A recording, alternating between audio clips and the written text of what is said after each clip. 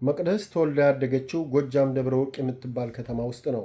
የመቅደስ እናትና አባት 10 ወንዶች ልጆች ወልደው በመጨረሻ በስንት ስለት አንድ ሴት ልጅ ወለዱ። ስሟን ቤተ መቅደሳችን ነሽ በማለት መቅደስ አሏት። መቅደስ ከተወለደች ጀምሮ እናት አባቷ በእንክብካቤና በማቀማጠል አሳደጓት።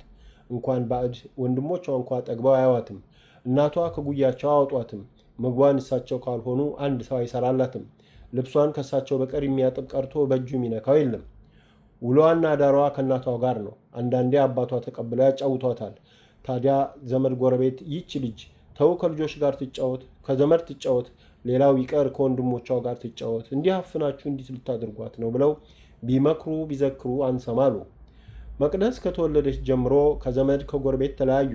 ለቅሶ፣ ሰርግ፣ ደስታ፣ ሐዘን አይሄዱም። የታመመ አይጠይቁም። እሷን ጥለው ወዲህ ወዲህ አይሉ። በዚህ የተነሳም ሰው ሁሉ ሴት በዓለም ላይ የወለደች እሷ ብቻ ናት እንዴ? ደግሞ ስትድራት አብራ ባሏ ቤት ልትገባ ነው? ኧረ እንደው አትድራትም እንጂ ጨክና ከዳርቻት ሁለታችንንም አብረህ አግባን ሳትል ትቀራለች እያለ ዘመድ ወዳጅ መሳቂያ ማሾፊያ አድርጓቸዋል። በመንደሩ ተስቦ በሽታ ገብቶ መንደሩን ሲጠርገው የመቅደስ እናትና አባት በሳምንት ልዩነት እንደዛ የሰው ፊት እንዳያት የሚንከባከቡ የሚሳሱላት ልጃቸውን ጥለው ሞቱ። ዘመድ ወዳጅ የፈራው ቀን ደረሰ። መቅደስ ከማጋት ትኑር? ከእናት ከአባቷ ጠረንና ጉያ በቀር ማንንም አታውቅ። አውሬ ሆነች። ማን ይቅረባት? እማዬ አባዬ ኑ አምጧቸው ብቻ ሆነ። አልበላ አልጠጣለች። ቢያባብሏት ቢለማመጧት ምንም አልሆነ። ዘመድ መከረ፣ መላመታ። የአባቷ ታላቅ ወንድም አደፍርስ የሚኖረው ባህር ዳር ከተማ ነው። እዛ ትሂድ፣ አገሩን መንደሩን ስትለቅ ቀስ በቀስ ትጽናናለች፣ እናት አባቷን ትረሳለች ብለው ተስማሙ። አደፍርስ የወስዳት ቢስማማም ሚስቱ ክፉ ነች። የእሱን ዘመዶች አትወድም። በዚህ ሰጋ። ግን ምናልባት የሙት ልጅ ስለሆነች ታዝንላት ይሆናል ብሎ ተጽናና።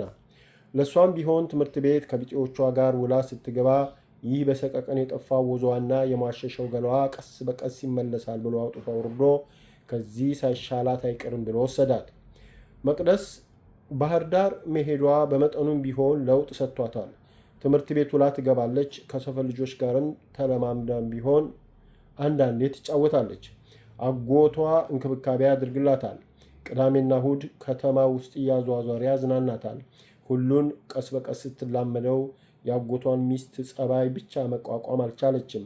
ስለዚህም ከወንድሙ በስልክ ተገናኝተው ተስማምተው ደስ ብሎት ማታ መቅደስን ነይ ተናፍሰን እንምጣ ብሎ ይዟት ወጣና አንድ ጭር ያለ መናፈሻ ይዟት ሄዶ ሻይ አዘው ቁጭ ካሉ በኋላ አዲስ አበባ ካለው ወንድሙ ጋር የተነጋገረውን ሁሉ ነገራት። የእሷን ሐሳብ ለመስማት ዝም አለ። መቅደስ በዝምታ ካዳመጠች በኋላ አጎቴ፣ እኔ ምን አውቃለሁ? እኔ እኮ ግራ የገባኝ ሰው ነኝ። አንተ ያልከው ሁሉ ይስማማኛል። አምላክ ቢልልኝ እናት አባቴን ቢያቆይልኝ ነበር። ካልሆነ ደግሞ እኔ ስለ ራሴ ምን አውቃለሁ? ጠማማው ዕድሌ የሰጠኝን ከመቀበል በቀር አለች እምባዋን መንታ መንታ እያወረደች። አጎቷ ከእሷ አንደበት ይህን የመረረ ንግግርና ለቅሶ ሲሰማ ልቡ ተነካ። ወንድሙ በአካል አጠገቡ ሆኖ የሚወቅሰው መሰለው። እሱም ስቅስቅ ብሎ አለቀሰና ልጄ ሂጂ ማለቴ ጠልቼሽ አይደለም፣ ግን ምን ላድርግ አልፈታት። ልጆች የምላርጋቸው ሁሉ ሞልቶ ተርፎ እያለ ጸባይ ነሳት። ምን ይሁን ብለሽ ነው አልና እምባሁን አሁንም እየጠረገ ያደግ አባቷን ያቺ ለዘመድ ተሽቆጥቋጭ ሰው በልቶ የጠገበ የማይመስላት ሩሩህ፣ በተለይ ለባሏ ወገኖች ሁሉ ፍቅርና አክብሮት ያላት እናቷን አስቦ ምነ ያቺ ደግ ኖራ ይቺ ርኩስ በሞተች ኖሮ ብሎ ለሚስቱ ሞት ተመኘ። መቅደስ በአጎቷ ለቅሶ የበለጠ ሆድ ብሷት ስታልቅስ ቆየችና አጎቴ፣ መቼም ይሄ አዲስ አበባ የሚባለው ቅሩቅ ሳይሆን አይቀርም። እናት አባቴንስ መቼም አላገኛቸውም። እናንተን ወንድሞቼን በቃ ተለያይቼ ልኖር መቼም ላላያችሁ አለች እያለቀሰች። ለምን ልጄ? በክረምት ትምህርት ቤት ሲዘጋ መተሽ ትምህርት ቤት እስኪከፈት እኔም ጋር ወንድሞችሽም ጋር ከርመሽ ትምህርት ቤት ሲከፈት ትሄጃለሽ። ደግሞ በመሃል እኔም ወንድሞችሽም ቀለብሽ ለሚያስፈልግሽም ጉዳይ አንዳንድ ነገር ይዘን መተን እናይሻለን። በፍጹም አንለያይም አለ እንባውን እየጠራረገ። እንደሱ ከሆነ እሺ አጎቴ ሄዳለሁ። እዚህ ለአንተም ስቃይ ለወንድሞቼም ሐሳብ ከመሆን ይሻለኛል። እዛ ደግሞ ሄጄ የዛን ያጎቴን ሚስት ጠባይ ላርቅ። መቼም ከጠዋቱ ያዘዘልኝ ነው አለች። ያቺ ደግሞ ምን አይነት ትሆን ብላ በስጋት አይዞሽ፣ የንጉሡ ሚስት በጣም ጥሩ ሰው ነች። እንደዚች እንደኔ የተጣላት አይደለችም። ደግሞም ልጄ መቼም ሰው ያለ አንዳች እንከን አይፈጠርምና አንዳንድ ጸባይ ቢኖርባት ችለሽ ለፊው። ይችንስ ችለሽ ኖረሽ የለ አለ በመለማመጥ። እሺ አጎቴ፣ ይህንን ያህልም አታስብ። እግዜር እናት አባቴን ቢነሳኝም ጠባይ አልነሳኝምና ከኑሮዬ ብዙ ስለተማርኩ ሁሉን ችዬ አድራለሁ አለች። አጎቷ ደስ አለው። አቅፎ ሳማትና አይዞሽ ልጄ አይዞሽ፣ ተምረሽ ትልቅ ደረጃ ደርሰሽ የእናቴ አባትሽን የምታስጠሪ ሁኚ፣ ጠንክረሽ ተማሪ፣ ጎብዢ፣ ሁሉን የምታውቂ ብሩክ ሁኚልኝ አለና መርቋት ተነስተው ወደ ቤት ሄዱ። በሳምንቱ መቅደስ ወደማታውቀው ከተማ አዲስ አበባ ሄደች። መቅደስ አዲስ አበባ አጎቷ ቤት እንደመጣች ንጉሡ መሰረት ግብረ ገብ ያላት የቤተ ክርስቲያን ልጅ መሆኗን ስለሚያውቅ በዚሁ ጸባይዋ በጣም ስለሚወዳት ለመቅደስ የልብ ጓደኛ እንደምትሆን ስላመነበት መሰረትን ጠርቶ እያስተዋወቃት፣ መሰረት ይቺ ልጅ በወላጆቿ ሞት በአጎቷ ሚስት ክፋት የቆሰለች ነች። ካንቺ ሌላ ሐኪም የላትምና ከፈጣሪ ጋር አጥናኛት፣ አገር አላምጃት፣ ጓደኛ ሁኛት፣ ልክ እንደ እህቶችሽ ያት። እኔ እንደምታውቂው የምውለው ስራ ነው። የወይኗንም ነገር ታውቂዋለሽ። አንቺ ጓደኛም መካሪም ሆነሽ ከጎኗ አትለዩ ብሎ አደራ ሰጣት። ከዛን ቀን ጀምሮ መቅደስና መሰረት ጓደኛሞች ሆኑ። መሰረት ቤተ ክርስቲያን ስትሄድ ይዛት ትሄዳለች። በትምህርቷም ታበረታታለች፣ ታስጠናታለች። ስታዝን፣ ስትተክዝ ታጽናናታለች። እናት አባቷን አስባ ስታለቅስ ተቆጥታ ትመክራታለች። ብቻ በሁሉ ነገር ከጎኗ ቆማ አይዞች ትላታለች። የንጉሡ ሚስት ባህር ዳር እንደ አጎቷ ሚስት የከፋች ባትሆንም ብዙም ደስተኛ አልነበረችም። ግን መሰረት ከጎኗ ስላለች አይከፋትም። በመሰረት ትጽናናለች። መሰረት መቅዲ እስኪ ተመልከቺ፣ አንቺ ሲያጎትሽ ሚስት ነች። እኔን አታይም የገዛ እህቴ ዘውዷ እንደምታደርገኝ? ግን ሁሉ ያልፋልና መቻል ነው። የቻለ የሁሉ አሸናፊ ነው።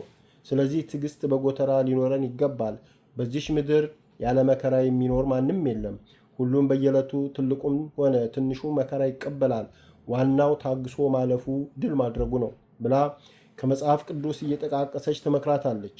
ልዩ ልዩ ለእሷ ትምህርት ይሰጣል የምትላቸውን መጽሐፎች ከየጓደኞቿ ከትምህርት ቤት እያመጣች አንብቢ ትላታለች። በዚህ የተነሳ መቅደስ አእምሮዋ የበሰለ ሆነ። እንደ በፊቱ በትንሽ ነገር መደንገጧ፣ መረበሿ፣ መፍራቷ ቀርቶ የሚደርስባትን ማንኛውም ፈተና በትዕግስት ታልፈዋለች እንጂ አትደነግጥም፣ አታለቅስም። ብርቱ ሆነች። መሰረት የሰጠቻትን መጽሐፍ ታንብባ ያልገባትን መሰረትን ወይም አጎቷን ጠይቃ ትረዳለች። ብቻ በሁሉ ነገር ከተጠቀሰው በላይ ጎበዝ ሆነች። በቀን በቀን ከመሰረት መለየት አትፈልግም። ልክ እንደ እናቷ ከመሰረት ጉያ ባትወጣ ትመርጣለች። በትምህርት ቤት፣ በመኝታ፣ አንዳንዴም መሰረት ወደ ሌላ ቦታ ስትሄድ ለሚለያዩት አትወድም። በሁሉ ነገር አብረው ውለው አብረው ቢያድሩ ትመርጣለች። መሰረትን ብትሆን በቅንነቷ፣ በገራገርነቷ፣ በጠቅላላው ጸባያን ሁሉ ስለወደደቻት ባትለያት ትመርጣለች። በዚህ አይነት ሁኔታ ክረምት ደርሶ ትምህርት ቤት ሲዘጋ ለመቅደስ ጣር ነው። ክረምቱን ወንድሞቿን የምትወደውን አጎቷን ስለምታይ ደስ ቢላትም የእናቷ ምትክ ከሆነችው ጓደኛዋ መሰረት መለየቱ ያስጨንቃታል። ግን ጊዜው ወቅቱን አይስትምና መሄጃዋ ሲደርስ ከእናቱ በግድ እንደለዩት ልጅ እየተንሰቀሰቀች ነው መሰረትን የምትለያት። መሰረትም ውሸቷን እሷን ተባብል እንጂ ስትሄድ ሁሉ ነገር ከእሷ ጋር አብሮ እንደሄደባት ባዶ ስለምትሆን ክረምቱ ቶሎ አልቆ የምትመጣበትን ቀን ጠዋት ማታ በጉጉት ነው የምትጠባበቀው። መቅደስ ባህር ዳር ሄዳ ሐሳቧ፣ ወሬዋ፣ ጨዋታዋ፣ ህልሟ፣ ቅዠቷ መሰረት ነው። ስሟን በቀን 10 ሳታነሳ አትውልም። ወንድሞቿና አጎቶቿ ይቺ የወገን ናፍቆት የምታስረሳ ምን አይነት የተባረከች ልጅ ትሆን ብለው ሳያውቋት ይመርቋታል፣ ለማየትም ይናፍቃሉ። ዘርትሁን በመሰረት አማካኝነት ከተዋወቀች ጀምሮ ለመቅደስ ጥሩ አስተያየት የላትም። እንዳውም በሁለት ነገሮች ትጠላታለች። አንደኛ መሰረትን ወደ እሷ ስባ ከኔ ታርቃታለች፣ ታለያየናለች ብላ፣ ሁለተኛ የቤተ ክርስቲያን ጓደኞቻቸው መቅደስን በትንሽ ጊዜ ውስጥ ተዋውቀው መቅደስን ገራገርነቷንና ለሰው ባላት ንጹሕ ፍቅር ስለወደዷት ትንሽ ትልቁ መቅደስ መቅደስ ስላለ ከእሷ ኋላ መታ በሁሉ ዘንድ ተወዳጅ በመሆኗ ቅናትና ጥላቻ ስላደረባት ነው። ግን ይህን አጉል ጸባይዋን፣ ቅናቷን መሰረት እንዳታውቅ ትጠነቀቃለች። ቅናት ጥላቻዋን በሆዷ ይዛ መሰረት ፊት በጥሩ ሁኔታ ታናግራታለች። መሰረት ከሌለች ግን በመቅደስ በአንዳንድ ገራገር የባላገር አነጋገሯ ታሾፍባታለች፣ ታጥላላባታለች፣ ትንቃታለች። አስተያየቷ ሁሉ የጥላቻ ስለሚሆን መቅደስም ይሄ ስለሚገባት መሰረት ከሌለች ዘርትሁን ፊት አትቆምም። ዘርትሁን መቅደስን የምታናግረው ለመሰረት ብላ እንጂ መቅደስ የምትባል ባትኖር ባታያት ትመርጣለች።